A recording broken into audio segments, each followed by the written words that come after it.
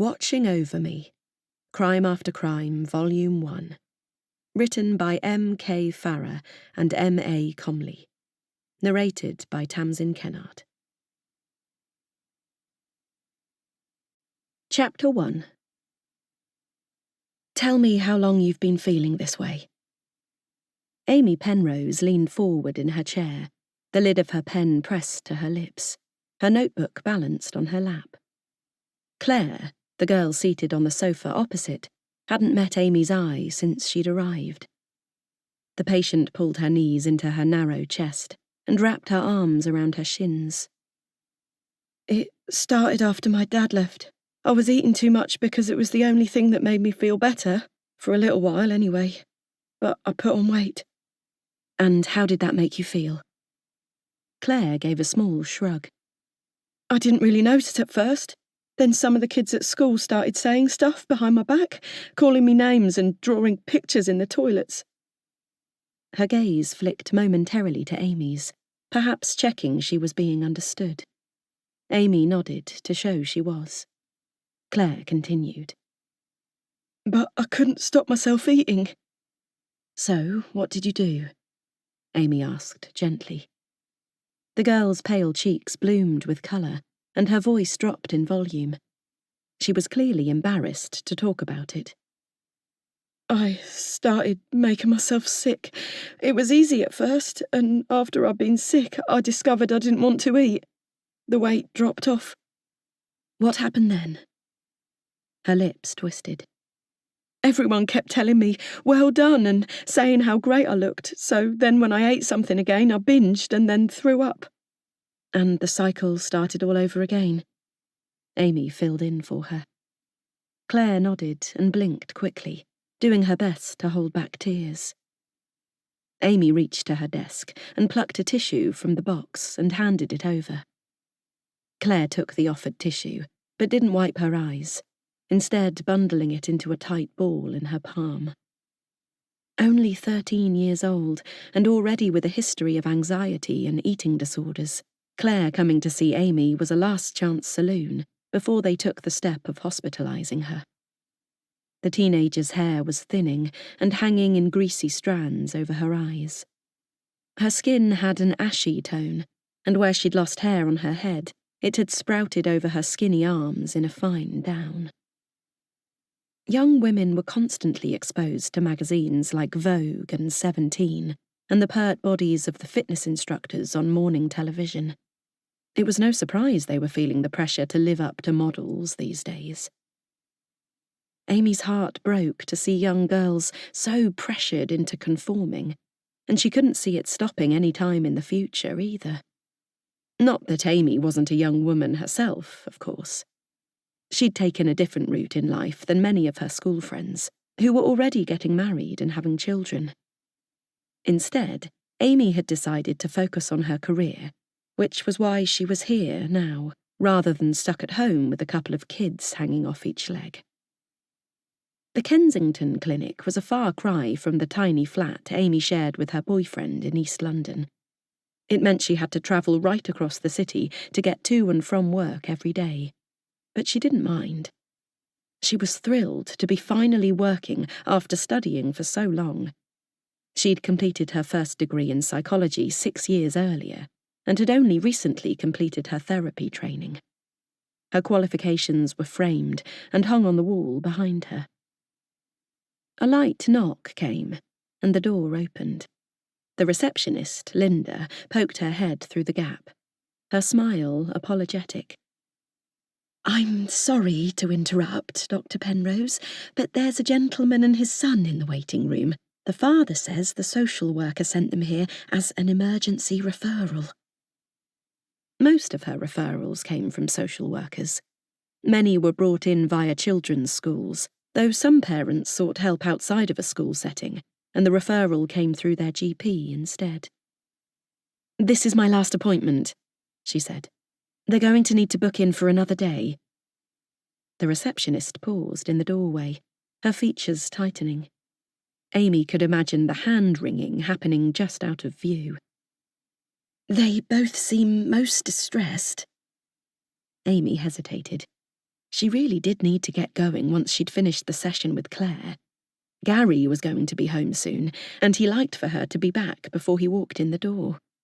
She kept joking about how it was the 80s and not the 50s anymore, but then he'd comment about how he supported her working just as long as they still got to eat together. Of course, it wasn't the eating together that he was interested in. It was making sure she was the one doing the cooking. But she wasn't going to fight him on that. She had to pick her battles, and with Gary, there were plenty to choose from.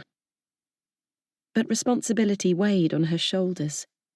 What if she turned these people away and something terrible happened? How would she be able to look at herself in the mirror each day, knowing there was something she could have done? "Okay, Linda, I've still got to finish up here and then I'll be right out." Linda gave a relieved nod and backed out, pulling the door shut behind her. Amy turned her attention back to the teenager. They discussed the eating plan her doctor had put in place and how Claire would deal with the anxieties around eating what felt like a lot of food for her. They also talked about distraction techniques for when the urge to make herself vomit took over. After another 20 minutes, she finished their session. "You have my number if you need anything," Amy said, rising to her feet. "Don't hesitate to call if you're struggling." "Thanks so much, Dr. Penrose." She smiled at the young woman. "Any time." Amy saw Claire out of her office, then took a breath and exhaled long and slow. She was clearing her mind from everything that had been said with the patient, preparing herself to take on someone else's issues. She liked to help people, but sometimes it could be draining. It was hard not to take her work home with her, something Gary often complained about when she wasn't as bright and smiley as he liked her to be. Sometimes it felt like he wanted her to wear a mask and just be a shell of a person, rather than someone who was educated and empathetic. Amy stepped out into the waiting room she shared with a couple of other therapists. The room had several doors leading off it. The door to her office and the offices of the two other therapists, plus a toilet. A corridor led to the front of the building, and chairs were positioned around the outskirts of the room. A coffee table was piled with magazines, publications more highbrow than those she'd been berating in her head not long ago, and a couple of large indoor plants were positioned in each corner. In the background, calming music played softly. Linda glanced up from the reception desk and gave her a tight smile. She jerked her chin to where a father and son were sitting, several empty seats between them. "Would you like to come through?" she called out to them. The father got to his feet and hit the boy on the shoulder to tell him to get up, too. The boy did so, but he kept his head hung, his shoes scuffing across the waiting room floor as he approached. "Hello, Mr..." She realised she hadn't been given a name. "Swain," the father filled in. "Robert Swain." She looked to his son. "And this is..." "Edward. His name's Edward." "Hello, Edward. I'm Dr. Penrose. It's nice to meet you." Edward didn't respond, and she followed them into her office. She gestured for them both to take a seat on the sofa her last patient had recently vacated, and took her usual chair. Edward sat across from her, beside his father. She could tell he was tall for his age, but he was hunched over, his shoulders rounded, as though he was trying to make himself smaller. His fingers knotted together in his lap, but they were constantly moving, twisting and curling around each other. She noted the blue marks on the inside of his wrist, and her gaze darted to the father. "Oh, I was told to give these to you." Robert Swain handed her a paper folder. "It's Edward's file." "Thank you." She schooled her face into a calming smile and leaned forward slightly. "So, tell me what brings you here and how you hope I can help." "Edward has been expelled today. The head teacher finally decided they couldn't deal with him anymore." Her gaze dropped to the folder of notes on the table in front of her. The boy was 12 years old. He had a history of fighting, self-harm, and intermittent eating disorders. "What happened?" she asked softly, focusing her attention on the child instead of the father. Edward shrugged. "Nothing." The father smacked him on the shoulder. "Tell her." "Edward?" she coaxed. The boy kept his head down, fixated on his hands. "I only wanted to know what it looked like." She made sure she kept her voice soft. What looked like? His father filled in the silence. "Frogs for a science lesson. This little creep—" "Please, Mr. Swain, we don't use language like that in here. This is a safe place," she chided. He glowered, clearly not appreciating being told off, but continuing anyway. "I mean, Edward decided to sneak into the science room during a lunchtime, where he then dissected one of the frogs. He left it splayed out across the bench, skinned and open, and all its insides pinned to the wood. You can imagine the reaction of the teenage girls who came in for their lesson after lunch had finished. The head teacher said he'd never heard screams like it, and he's worked in schools for the past 20 years. "What made you want to do that, Edward?" she asked. He shrugged. "That was what the frogs were there for." "Yes, but they'd have been gassed or something first," Robert Swain insisted. "The students wouldn't have cut one open while it was still alive, and it would have been done in a lesson, not just because you felt like it." Tension was rising in the room, and she lifted both hands to try to settle things back down. "Let's take a breath." She turned her attention back to Edward and rephrased her question. "How did cutting up the frog make you feel?" That same shrug again. "It didn't make me feel anything. I didn't think I'd done anything wrong until the screaming started. I thought I'd done a good job." She picked up her notepad and wrote down, "Lack of impulse control, curious nature, possible abuse at home." She sensed the father trying to get a look at what she'd written and flipped the notepad over. "Can you tell me about any other times that have got you in trouble at school?" "He's been fighting," Robert started, but she raised a hand to stop him. "If I can hear it from Edward's point of view, that would be great." She smiled at the boy, but he still wouldn't meet her eye. "Just fighting, mainly." "Why do you fight?" "Because the other kids call me names. They say I'm a freak and a weirdo, and sometimes punching them in the face is the only way to get them to shut up." A part of her thought, good for you, but she wasn't going to say it. She wondered if, in years to come, when Edward filled out and was as broad as his father, if he wouldn't also have the same reaction at home. "Can't you just prescribe him some drugs and make him better?" The father butted in. "Make him normal?" She winced at the word. "Mr. Swain, I'm not a medical doctor. I have a doctorate in psychology, not psychiatry. They're interchangeable, but are actually different." "So, it's a bloody waste of time us coming here, isn't it?" "Not at all. Drugs aren't always the answer." She offered the boy a smile. "In fact, they rarely are, at least not without other help. Can you tell me a little about what life's like at home?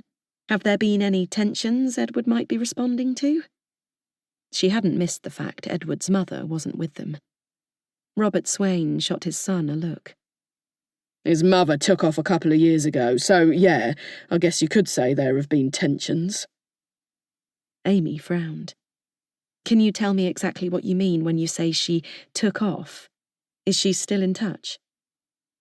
Robert Swain clasped his meaty fingers together and shook his head. "No.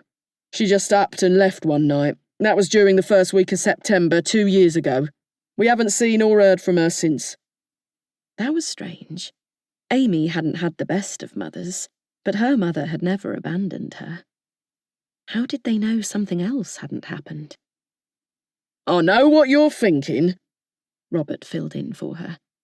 "And no, nothing more sinister befell her. Her leaving like that was reported to the police, and they didn't find anything to suggest she might have come to any harm. Susan had always struggled dealing with Edward, and it got harder and harder the older he got. She obviously decided she'd had enough, and she packed a bag, and that was the last we saw of her. Amy's heart contracted at the thought of a 10-year-old being abandoned by his mother. And not only that, having it made clear that he was the reason she'd gone. Did Edward blame himself? One thing Amy had never thought as a child was that she was the one responsible for her father leaving. There had been no doubt in her mind that her mother was to blame.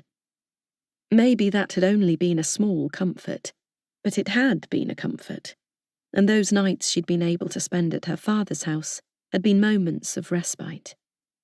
Her mother had been completely inflexible about the times Amy spent with her dad, just like she'd been with everything in her life. If something happened and her dad needed to work late or was ill, she'd never let him switch nights. If he wasn't able to take Amy for whatever reason, that week would be skipped, and the following week alone with her mother would feel like it stretched on endlessly. Amy considered herself a reasonably good judge of character, and something about Robert Swain felt off. She couldn't detect an ounce of compassion or love from him, and she had to wonder if Mrs. Swain leaving like she had was more to do with her husband than her son. Amy wasn't one to judge. The idea of being a parent was terrifying, but she was sure Edward's mother must have been in a terrible place to just up and leave like that. Even her own mum, who never seemed to have a maternal bone in her body, hadn't left her, though there were plenty of occasions where Amy wished she had. "Did you start to feel worse about things after your mother left?" she asked Edward, tearing her thoughts from her own family. "I guess," he murmured. She flicked her gaze to Robert, silently telling him he could weigh in now. The father shrugged, a mirror of his son. "Well, it didn't bloody help, did it?" Amy gave Edward a sad smile. "I guess it wouldn't have." She nodded to his wrists. "And those marks on your arms? How did they happen?" It was important for her to be curious, but not judgmental. Edward's lips tightened, and he still didn't meet her eyes. Robert Swain put up both hands. "Don't look at me. I'm not saying he doesn't deserve a good hiding for all the bullshit he puts me through, but I didn't do that to him. When he loses it, he hits himself." "You did that to yourself?" she asked Edward. He nodded. "Yeah." It wasn't as though it was illegal for the father to hit the child. She hoped that would change one day, but it was 1983, and the laws seemed to be playing catch-up when it came to a modern way of thinking. Edward was clearly an angry young man, but with Robert for a father and a mother who'd abandoned him, she could hardly blame him. This wasn't something she was going to be able to deal with in one session, and it was already far later than she'd been planning on leaving. Gary was going to be in one of his moods by the time she got home, stomping around the flat and barely speaking to her. Sometimes she thought he preferred not talking to her rather than arguing, because when they argued, she was normally able to put across a perfectly reasonable case to prove her point. At least when he wasn't speaking to her, he could keep convincing himself that he was the one in the right. Amy placed her notepad and pen onto the coffee table in front of her and sat back in her chair, folding her hands in her lap. "Edward, I believe you're dealing with a lot of stress and anxiety." She missed out saying that it was due to his home life and the fallout from his mother deserting him. "And I think you have some anger and impulse control issues that I'm sure we can work through. Of course, we can't do it all in one session. It's going to take time. Because of your age, I'd normally prefer to do a family-based session." She trailed off, allowing their reaction to her suggestion to follow. Edward immediately tensed and hunched further into himself. Robert Swain gave a huff of exasperation. I shouldn't even be here now. I'm supposed to be at work, but I got called out to deal with this mess. I can't take every week off to come here and sit in this room. Edward's perfectly old enough to get himself here. With that kind of attitude, perhaps it was best that the father didn't attend. Sometimes, having an uncooperative or defensive family member could hold progress back rather than helping it. There was one thing Amy was sure of. Parents had the power to screw up their offspring. It was what she was afraid of most. In the right hands, a child could be nurtured and cared for and loved, and raised to be a successful, balanced, caring adult. But in the hands of the wrong parent, that same kid could also be raised to be an anxiety-filled disaster. It was something that had never been fully agreed on in the scientific world, if we were the product of its genetics or its surroundings, nature or nurture. Amy didn't feel she had either side to offer a child.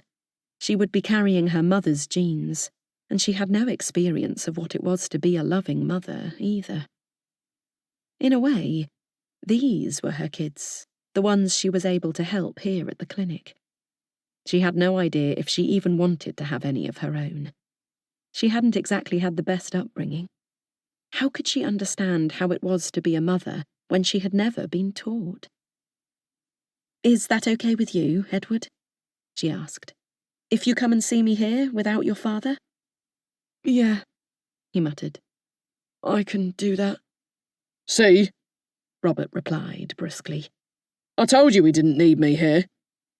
"I'm sure I can help you, Edward," she said, ignoring the father. "It'll take some time, but we can put some strategies into place that will help you deal with your emotions in a more constructive way." She got to her feet to signal the session being over, and both the father and son rose with her. She gestured towards the door and saw them out, noting the time on the wall clock as she went. Shit. She was running seriously late now. She needed to get home.